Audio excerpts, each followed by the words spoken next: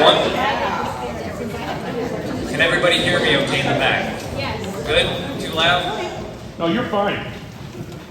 I just don't want the system to screech, so. You're fine. All right, welcome to tonight's program. Some of you are probably here because you attended IUP, or at least are familiar with it, being residents here of Indiana, Pennsylvania.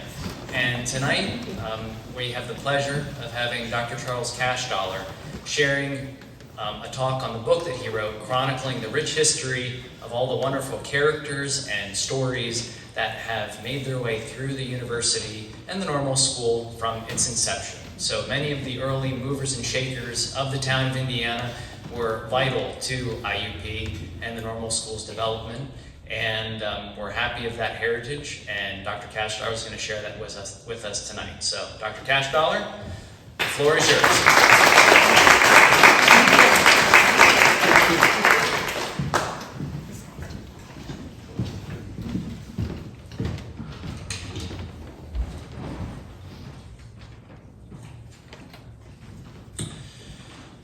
Thank you very much for this invitation to talk about my book, The IUP Story. It's been out for 4.5 years now, a few months. And it was actually a joint project with my wife, Donna, who was the graphic designer. That's Donna over there. So that if you're drawn to the cover of the book and you leaf through looking at the pictures and admiring the design, then you're engaged with her work, not mine. You actually have to read the book and follow the twists and turns of the story to engage with anything that I did. So what do I propose to do this evening? For several reasons, I'm not going to summarize the book. I expect that some of you have read it already. And if you haven't, perhaps I should ask what you've been doing for the last 4 years. I understand they've got some for sale back here. If you just say it. And second, even if you haven't read the book, many of you know much of the story because you've lived part of it. Some of you might even be characters in the book. And even if you're only connected to IUP as a resident of the county, I can't hold you in suspense about whether the fledgling school was going to survive and prosper because, you see, you know too much. But what I will do this evening is point to the themes that emerged as I wrote the book. And let me mention 4. First, a commitment to excellence, both in terms of the school's own aspirations and its expectations for student achievement. And second, a promise of affordability. Now, those 2 characteristics did not surprise me, and I doubt that they surprise you, because they have been central to IUP's image and marketing for decades. The most that I might admit is that they did emerge earlier and were more deeply embedded than I had expected. However, there were 2 other themes that I did not anticipate before I wrote the book. And perhaps this is a reminder of what the journalist James Reston once said, "How will I know what to think until I see what I write?" The first of these 2 revelations is what I wrote in the very first sentence of the book. The town created the school. And as I go on to say in that very opening paragraph, this is the inverse of the way we usually think today. Today we more readily think about how the university affects the town. If someone asks, how is Indiana different from, say, Ebensburg or Katanning, we would likely start by saying, well, IUP is here. And mostly we think about the university's positive impact, what it does for the economy and the cultural life. Although occasionally some of us around St. Patrick's Day might grumble about some of the negative impacts. But over the long term, and particularly at first, the relationship went the other way. It was the town that created the school. It was the town's effect on the school that was the big story, not the school's effect on the town. In the 1850s, the state designated 12 normal school districts and left the creation of a school to whichever town in that district was ambitious enough to raise the money and get one started. Our district was Indiana County, Cambria, Armstrong, and Westmoreland counties. The school was here, not Katanning, not Evansburg, not Johnstown, not Greensburg. Why? Well, that's a question that ought really, I think, to engage the members of a county historical society. We do know that the preponderance of Scottish Presbyterians was one thing that stimulated interest in education here. Historians have long noted that in early modern Europe, literacy rates were higher in Calvinist areas, especially Scotland, and those habits carried to America. But then there were Scots all over Western Pennsylvania, so that's probably not what made this town distinct. It is significant, I think, that this town seemed to look east rather than west for its identity. What's our main street called? Philadelphia Street, not Pittsburgh Street, not Ohio Street. And there were numerous connections between Philadelphia and this town's business and professional communities. The town thought of itself as part of the East Coast establishment, not the frontier West. And these town leaders were people with exceptionally high aspirations. Those who led the campaign to start a normal school here were the same promoters who ensured that the town had access to good highways, rail transportation, water, gas. And whether in business development or church and domestic architecture, the elegance of the new county courthouse, matters of general taste and culture, they expected to have the best and to be the best.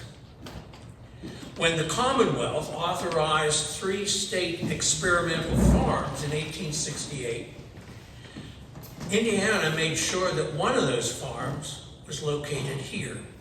One was to be in the east, one in the middle, one in the west. The one in the middle is in State College, as you would expect. I forget where the one in the east is, but the one here is what is the origins of our county farm out there. They seem to assume, the people here, that if there were going to be 3 farms in the state for experimental work, well, one of them had to be here. Where else would it be, you know? There was almost a sense of civic entitlement. To their mind, things like that, by rights, should be located in this town. And not surprisingly, when these promoters set out to create a normal school and design its first building, they had in mind an institution, and they were explicit about this, that would be second to none, not just in the state, but in the entire nation. Early advertisements made the founders' goal explicit. Quoting, "Every effort will be made to make this school equal, if not superior, to any other institution of its kind in the nation." When they were thinking about what their new building should look like, they went down to Millersville, which was already there, and looked the place over, and they were interviewed by the Lancaster newspaper when they left. And they said to the Lancaster newspaper, "Well, what we see here is nice, but ours is going to be better." You can read the first chapter for yourself and seek an understanding of that culture of this town.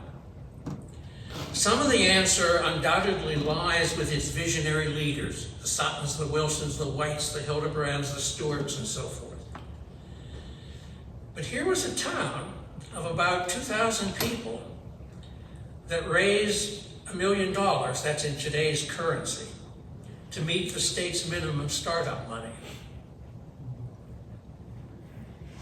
And they set out to build not just any first building, but the best in the nation.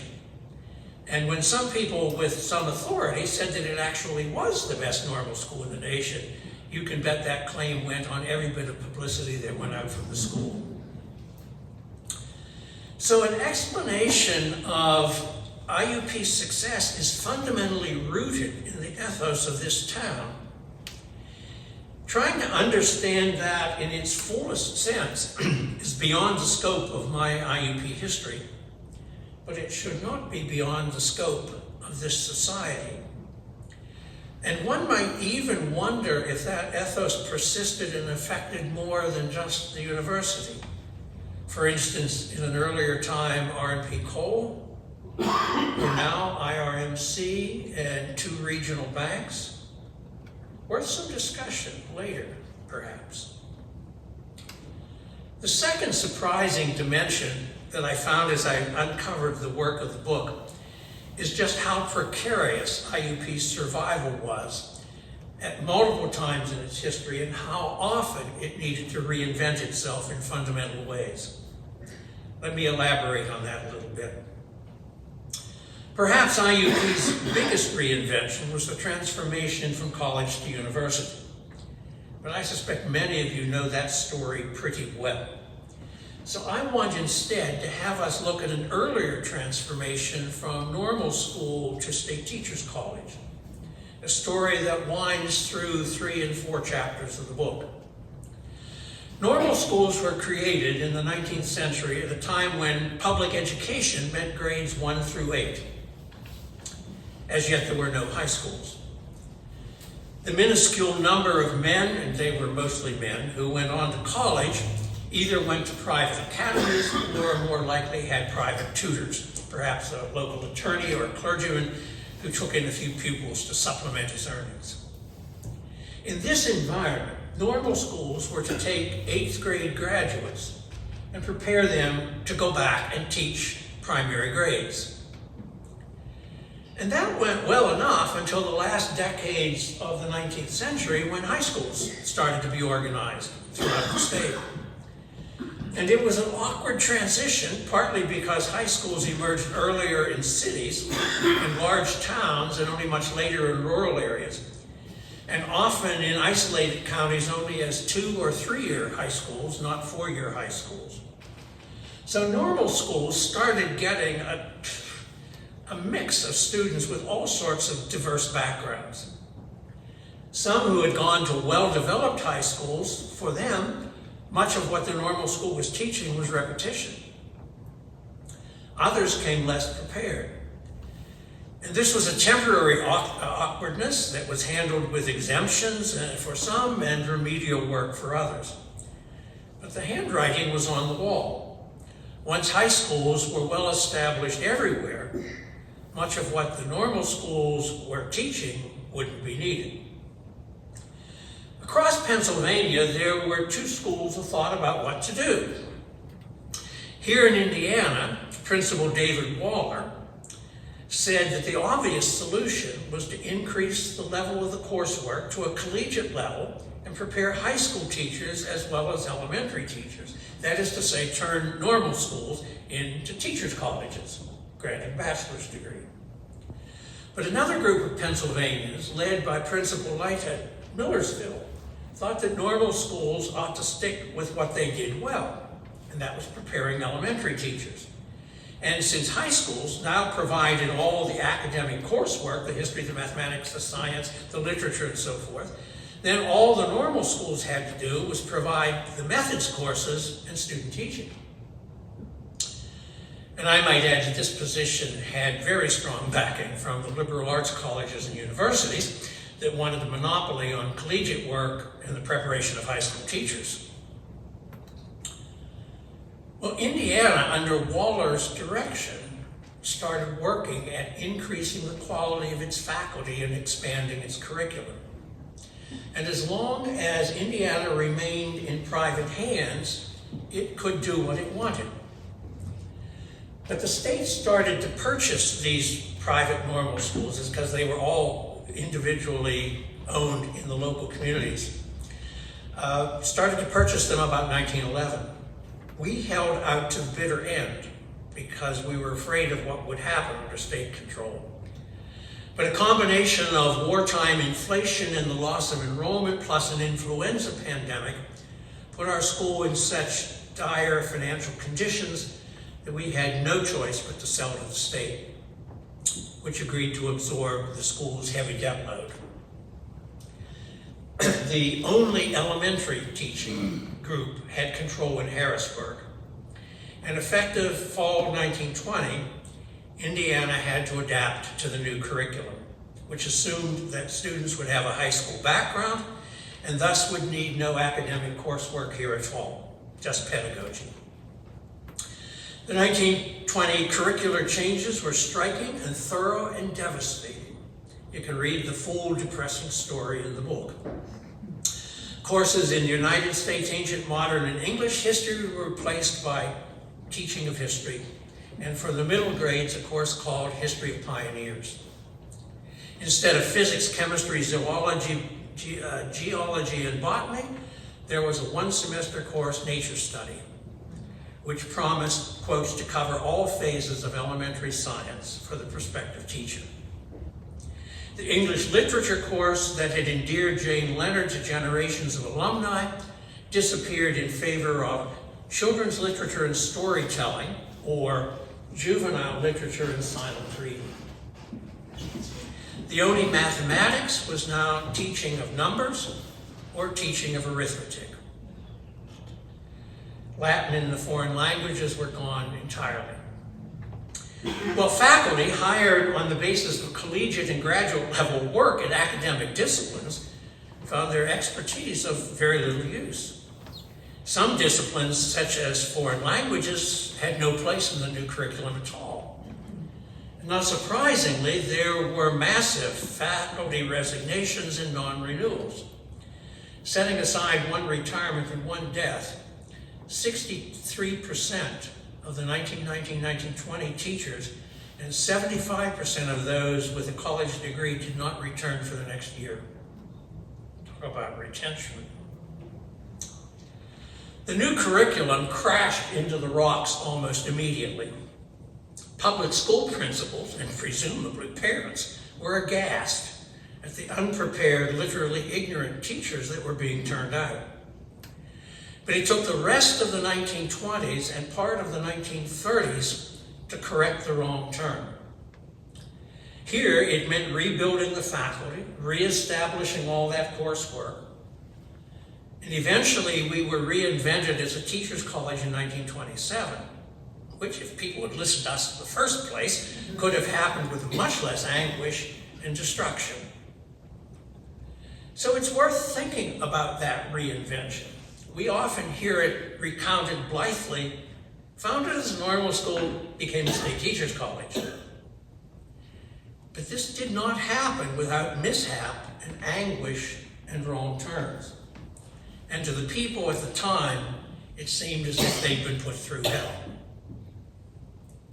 In the end, we emerged, recreated, into what was undeniably stronger and better. So I guess all's well that ends well. But it does provide a caution. There's a recent book by two British economists about the world economy, and it's got this sentence in it. It says, "Sometimes a future that in retrospect seems inevitable was at the time a close-run thing." Sometimes a future that in retrospect seems inevitable was at the time a close-run thing. It's the contingent nature of the past expressed in that sentence that I think is worth well remembering, and which I think is borne out in IUP's history. And it's a part of the story that I didn't appreciate before I started to write. The founding of our institution and its survival now seems inevitable, right?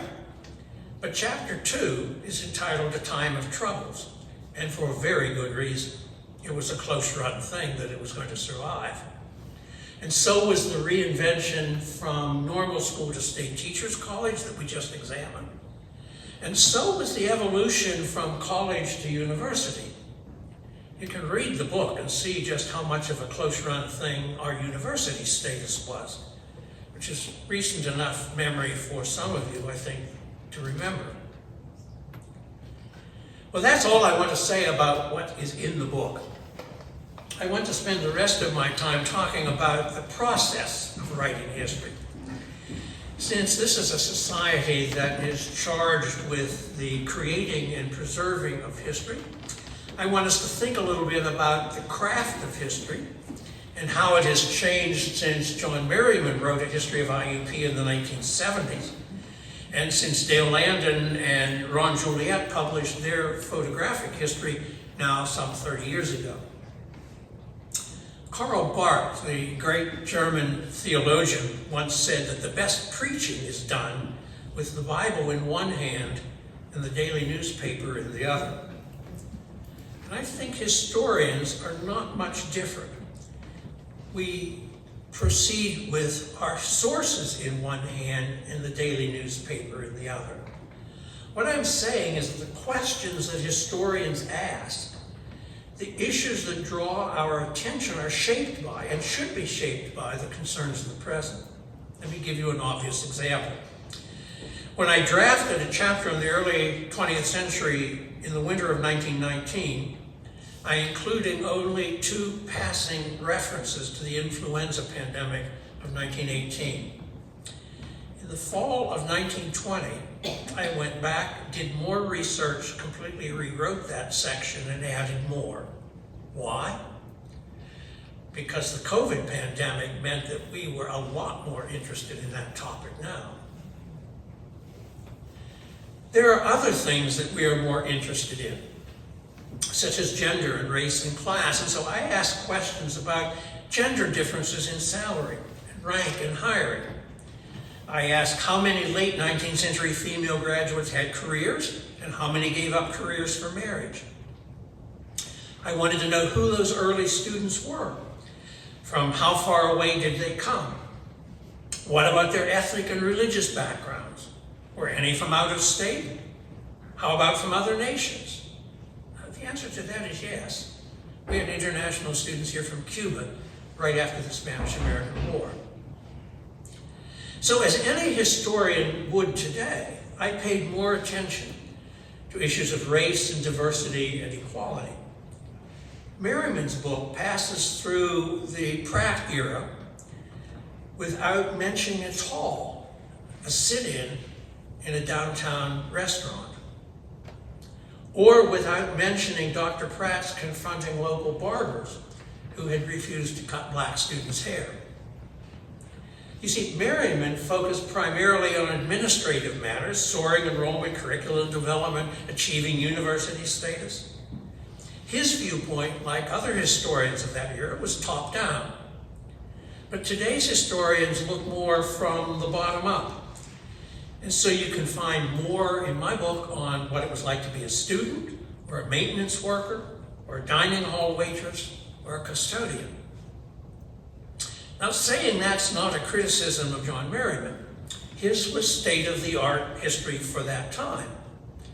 I wrote a history of a local church about the time that Merriman wrote his history of IUP, and my history of that congregation is top-down too. It is as different from my history of the Calvary Church here that I wrote 40 years later in 2007, as Merriman's history from IUP is from mine.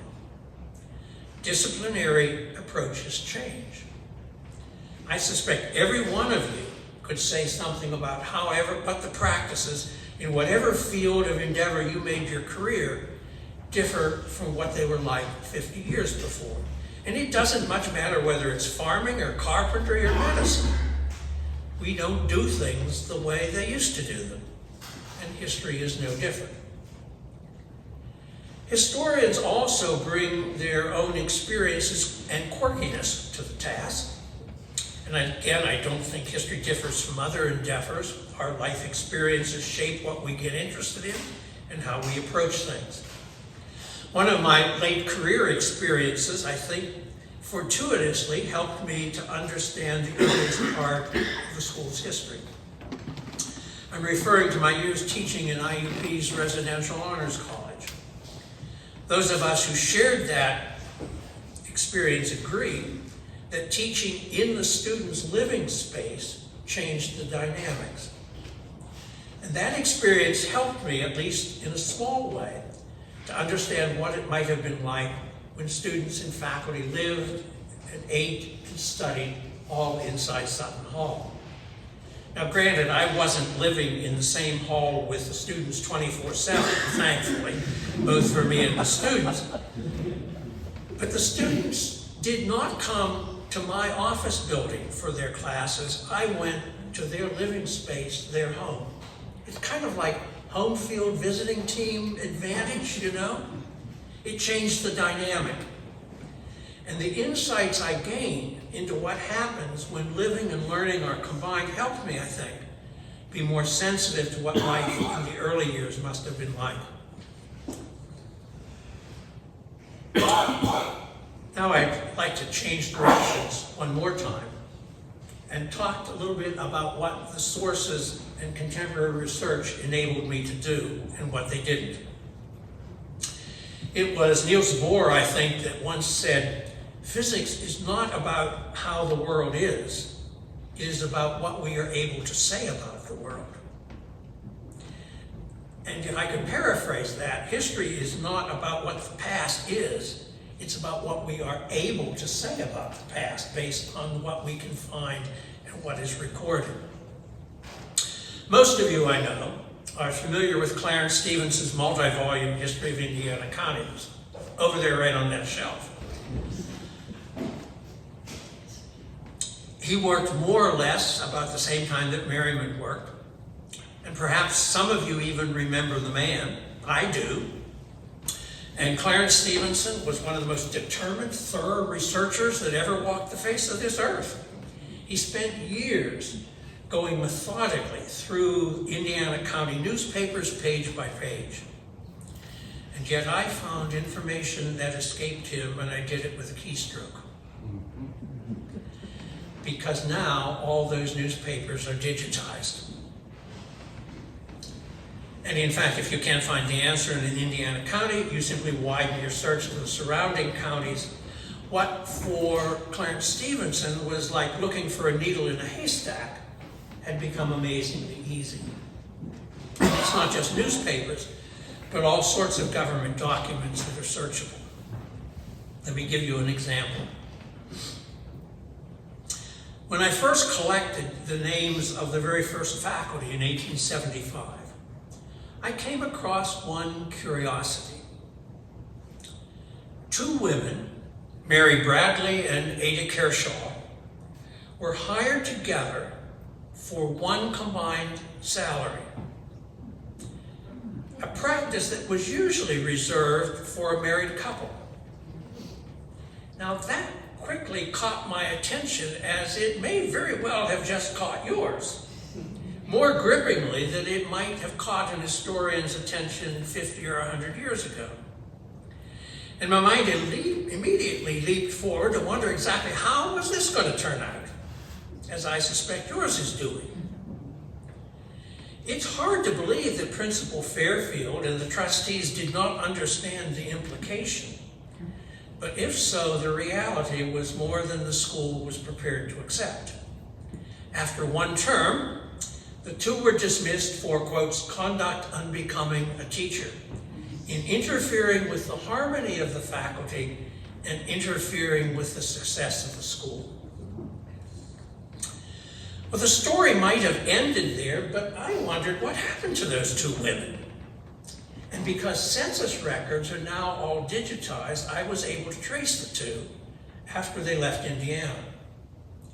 They continued to live together for the rest of their lives, first in Akron, Ohio, and then in Philadelphia. And they continued to teach, but they never again took teaching positions that required them to live inside the school. Here's a second example. The book will tell you that Helen Dixon, class of 1926, was Indiana's first African-American degree recipient, at least that we can identify. More on that in a minute. Her photograph in the yearbook makes her identity evident. And there is also a story of her arrival that Dale Landon uncovered in one of the oral interviews that he did. This one with G.G. Hill, who was the head of the business department. Hill recalled that one day he came into Sutton Hall, and there, sitting in the hallway, these are his words, a man, a woman, and a colored girl. He asked if he could help, and the girl said she wanted to enroll. He said fine, and he took her down to the office and got her signed up. Later in the day, so the story goes, Hill ran into Hope Stewart, the Dean of Women, who was in a tremendous state of flurry. What was she going to do? Where is she going to sleep? Where is she going to eat? Hill said he told Stewart he supposed Helen Dixon would sleep and eat where all the other students did, which was in the dormitory and in the dining hall. We don't know for sure, but probably she did not. I make that statement based on, some of you remember Eleanor Blair. Eleanor Blair's father taught at the normal school, and the family lived on campus. And so Eleanor grew up on campus and ate in the dining hall every day, and she would have been in her early teens about the time that Helen Dixon was there. And so I asked Eleanor. Eleanor says, "Oh, I never saw that." She said, "Oh, I never." She said, I wouldn't have missed that. And I wouldn't have forgotten because it would have been so unusual. So I think Helen Dixon did not live in the dormitory and eat in the dining hall. But Helen Dixon did, however, do very well in her classes. She majored in business. She was chosen to write up an article about a marketing project that was printed in the Alumni magazine, and she graduated in 1926. And then, it seems, she disappeared. She's not in any subsequent alumni directories.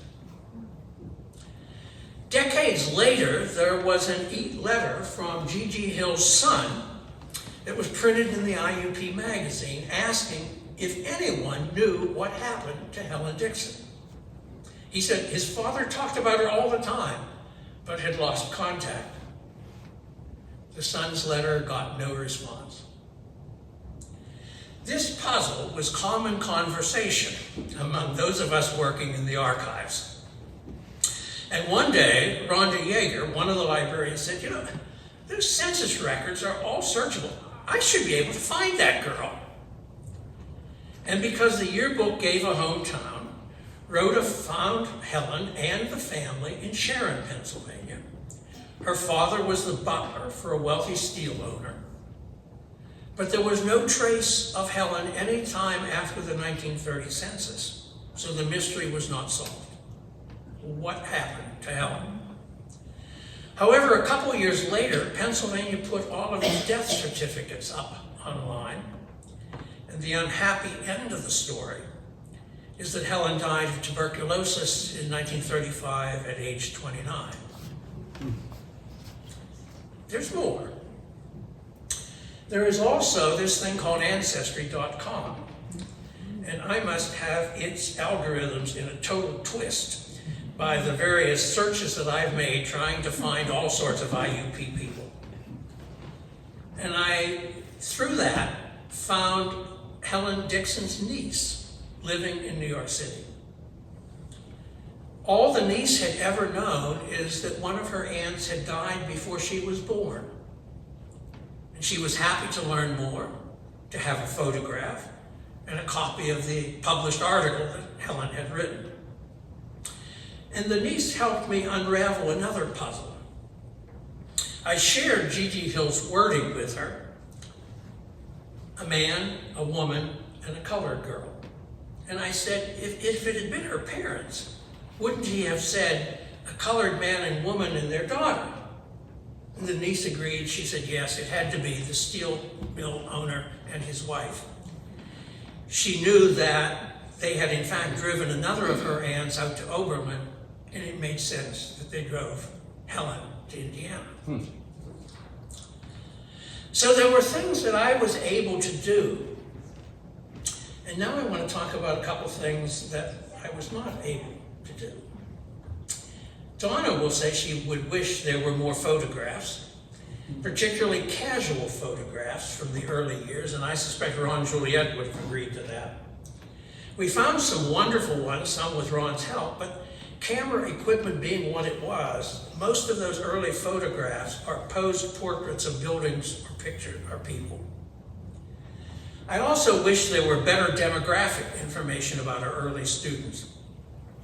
Information about their hometowns is excellent, so it's possible to trace Indiana's widening reputation. But there is a religious census for only 1 year, the 1890s. But sometimes we can make guesses. For instance, one early graduate later became an editor of a Jewish newspaper, so yeah, one can make an assumption about that. We can also make judgments about ethnicity based on surnames, and notice as Italian and Slavic names augmented the English and Scottish names in the early classes. Gender is clearly identified in the records, since they listed boys and girls separately. But the only way we can identify race is by yearbook photos, which, with one exception, don't exist before about World War I. So you will read in the book that Bianca Parker in the 1890s was the first African-American student. But we only know that because her family from out near Cincinnati was famous. In fact, her family home is now a National Park Service historic site. So the researchers out there were looking for her, and they wrote to IUP's archives wanting to know, did we have any record that would confirm that she came here? And if they had not asked to us, the name Bianca Parker in a list of names would just have been one more name. We would have had no idea that she was black. Were there others? Was she really the first? We don't really know. Likewise, the history will tell you that Helen Dixon, as I've just told you, was the first African-American graduate. Parker, by the way, behaved like most 19th century students, came for a while, learned as much as she thought she needed, and then left. Because credentials and certificates didn't much matter back then. And so we had probably a graduation rate of somewhere between 10 and 15%. Heavens forbid we would have had state performance indicators back then. But were there therefore any unidentified black graduates prior to Helen Dixon? Possibly, but we don't know. Tantalizing, there is pretty obviously an unidentified black football player in a team photo from 1904. Did he graduate? We have no way to match a face to a name, and therefore we don't know. Likewise, two music students in the early 1950s always claimed to have been the first African Americans to live on campus. And their story and the sit-down that they conducted with a couple of their white friends in a restaurant on Philadelphia Street that was not willing to serve them is an interesting story. It's all written up in the IUP magazine at the time of their 50th class reunion. But were they the first? We know that two McClellan sisters commuted from Blairsville in the 1930s and 40s. But even if Helen Dixon was not allowed in the dormitory, where did Bianca Parker live? My guess would probably be that she did live in the dormitory. The people running the school in the 1890s were still from that Civil War abolitionist generation. The local Underground Railroad people, the historic marker in front of the courthouse down there about rescuing an escaped slave. And I think Parker came here because one of our faculty members, Edith Mansfield, was the daughter of a Cincinnati newspaper editor, an abolitionist, and a promoter of the works of Harriet Beecher Stowe. It's much more likely that Parker got a room in the 1890s than Helen Dixon did in the 1920s. And that's a point that my colleague Neil Lehman likes to emphasize a lot. that history doesn't always just move forward. Sometimes progress is undone. Well, you can read what I was able to piece together in the book.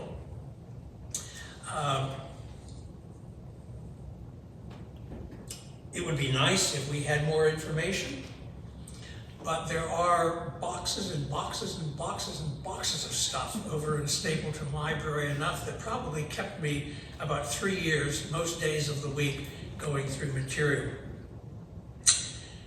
Finally, before I stop, I want to acknowledge the help that I received. Great support from President Atwater, whose idea this was, and President Driscoll when he got here, and the rest of the administration and the foundation which holds the copyright. There are formal acknowledgments in the book, but 3 of those people deserve special attention. One I just saw sneak into the back. Karen Gresh copy edited the entire manuscript for me, and that was a tremendous help. Harrison Wick, the university archivist, not only provided excellent service during the years when I was in his reading room, but he located and scanned photographs. And my wife Donna, graphic designer extraordinaire, turned the words and photos into a book. The words are mine, but the artifact that you will have in your hands, that's hers. So thank you very much.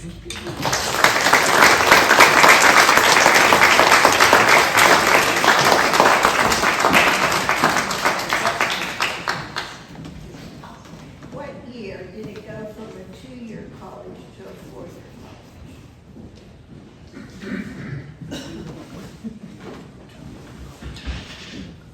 It actually went from 2 years to 3 years earlier in the 20th century, and it became a 4-year school in 1927. So they, for a time, when they were still independent, they increased their curriculum to 3 years because Waller had us headed to becoming a 4-year college. And then in 1920, much of that was torn out, root and branch, and it was back to 2 years again. But there was a time when they kept people at 3 years. But 1927 is when it became strategic. Yes? I knew Dolores Adams and Doris. I went to school with them and graduated with them. Yeah. They were friends. Yes. They were lovely girls. And there are very nice pictures of them, Yes. both later in years and also Yes. when they were students. There's student pictures here. Yeah. And I think one of them was also elected as a class officer, I think, if I remember correctly. So, yeah. Ted was one of the first, at the beginning after World War II that came back. He started in 46 in January.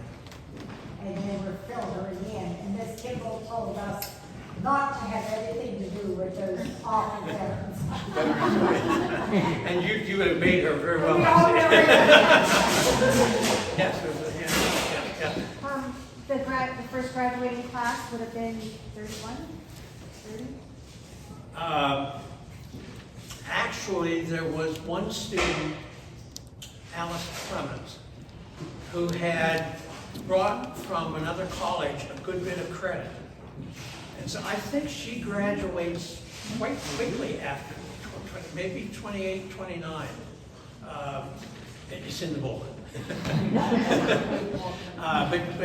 Yeah, the first person to receive a degree came very quickly, and it's because she brought, I think maybe from Chatham, I forget what, but she brought a good bit of credit with her.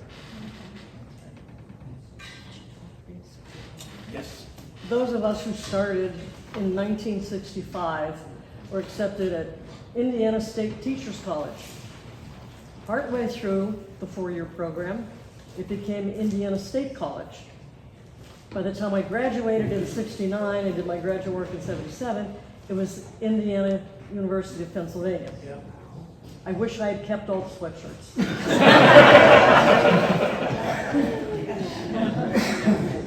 Yeah, they dropped the word teachers from the name, and that was at the spot where the baby boomers started to come in. And there just simply were not enough places for all of those students in the existing colleges and universities. And so the teachers' colleges were expanded to be able to offer other kinds of degrees as well, yeah. And in Indiana, that was only about 1960. Then by 66, December 65, I guess. It No, becomes 65 we were still university. teachers college. Yep. Jonathan? What was the most interesting thing you came across in the archives that you weren't expecting to find? Just one? Or you can name a couple if you have a top 10.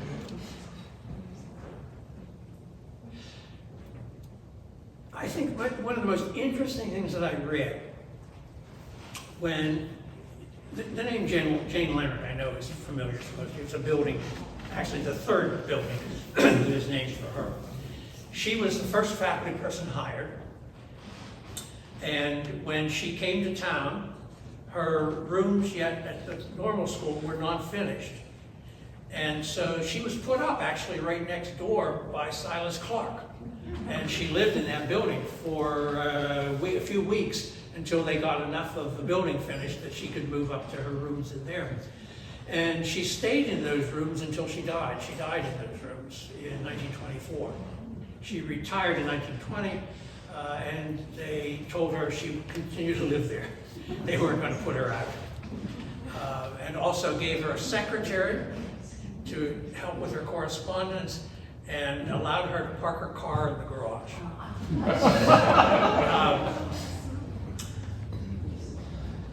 When she died, they asked alumni to send in reminiscences. And those reminiscences were kept and bound. And there's a book of them, it's about that thick, of many handwritten, some typed. And they are the most delightful stories. I wove a number of them into the book. Stories, very touching stories about how she affected their lives. She apparently got a number of them to admire poetry, and some of those reminiscences were written back as poetry. It's just wonderful reading to go through those reminiscences. That was probably, that's the treasure. That's a real treasure. The one story that's in the book, one of the students' parents were missionaries in India. And they had sent back a pair of Punjabi trousers for the girl. And Jane Leonard suggested that that might make a nice costume because they were having a costume thing. Hence the girl wore them. And you can bet, first thing you know, the boys were all calling her pants. And the girl bursts into tears and goes to her room.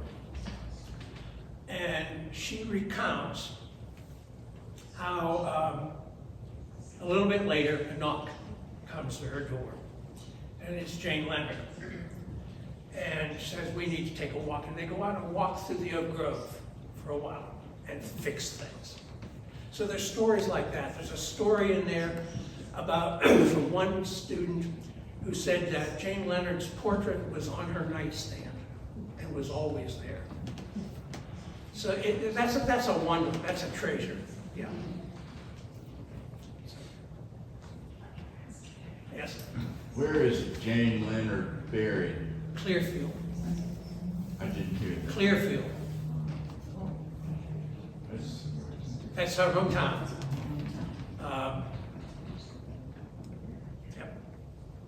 Her funeral was in what is now Correll Hall, what was the college chapel. And the casket was put on a train. The train, as some of you may remember, the train used to go right up along Pratt Drive and ended up down at Philadelphia Street. And so they had a little stop right there down the hill from Sutton Hall. call once, so the casket was taken up, put in the train, taken up to Clearfield. She was buried in this Methodist cemetery, I think, there. Her family were Methodist. She was a Methodist, belonged to Grace Methodist Church. I seem to recall at one point there was some sort of movement to change the name of IUP. To avoid confusion with the state of Indiana. Did that happen more than once, or? There's a lot of talk about that at the time that it becomes a university. And you can read the story in there.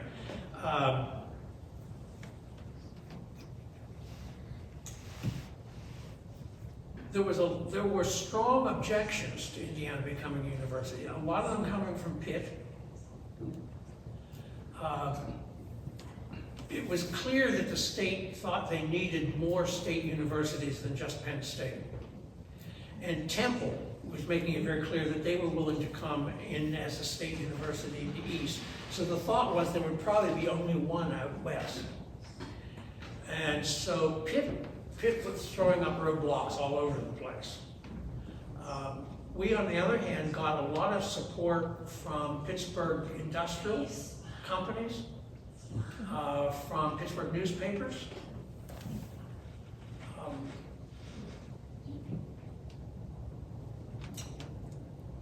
And as you know, Pitt eventually did become the state, but Pitt was wavering back and forth. Did they want to become a state school or not?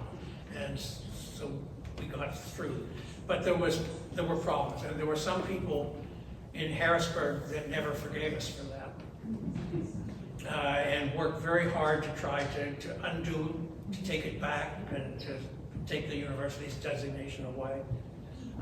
It's a tangled and not a real happy story. But some of that issue was over then what the name of it was. And the thought was that we would become the Western Pennsylvania State University. But Pitt was at one point had Western in its name, and Pitt was not going to have that. So it then really bothers me a little, because now this little conglomerate out here now in the West is now bigging itself as Penn West, West Penn or something like that. So, yeah, which is.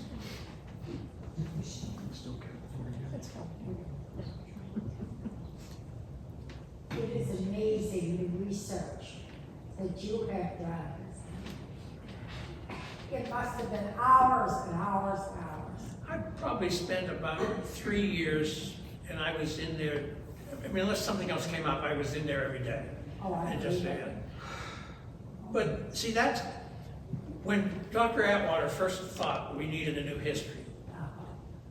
He went to the history department faculty. I was retired by that time, and tried to get release time for one of them to do that. None of them were interested, and for good reason. They were mostly younger faculty. They needed to be doing research in their own specialties and fields and building their reputations.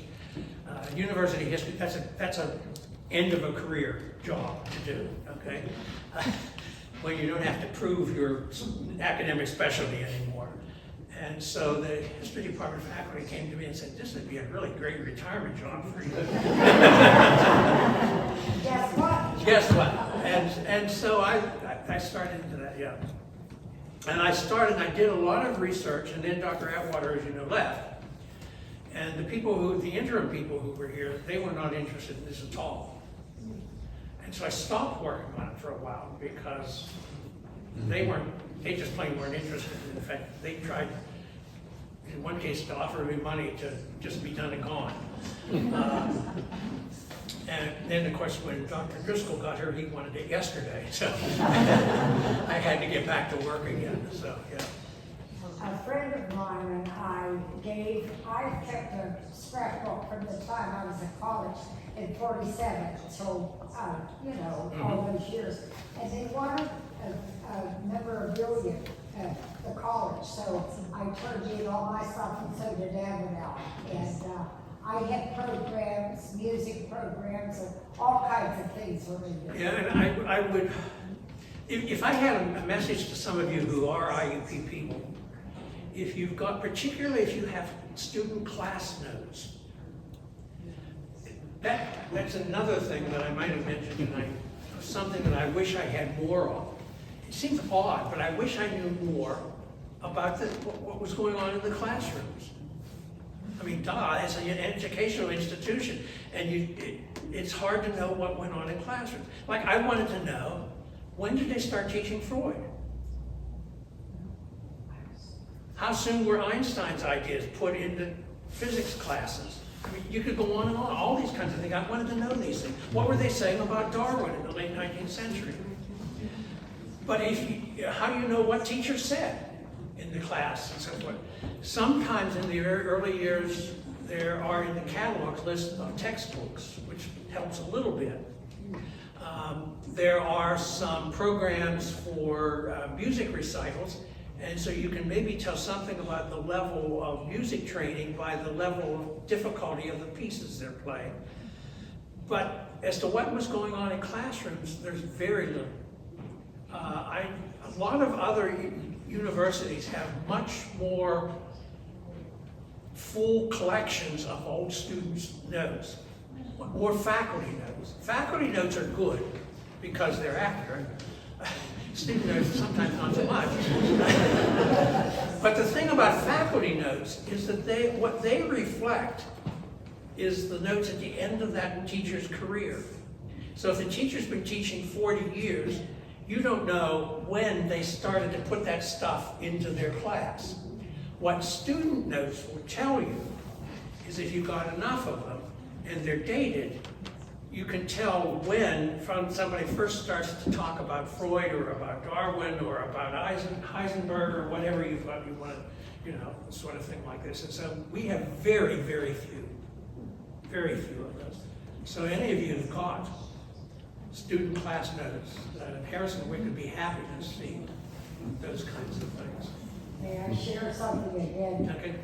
Miss Belgie, in my freshman year, we were in a history class, and one of the men, I used to know his name, but I don't remember it now, he corrected her. She was discussing Italy and what was there in the water and what was named and so on and so forth. I don't remember what they did, but this boy stood up and said, "I'm sorry, Miss Belgium, but we did this, and they had changed the course." And she accepted it very graciously because he had just been there and had done those things for the army. Yeah. And I will never forget that. It was fascinating. Okay. Thank you, Joe. Thank you very much. Thank you.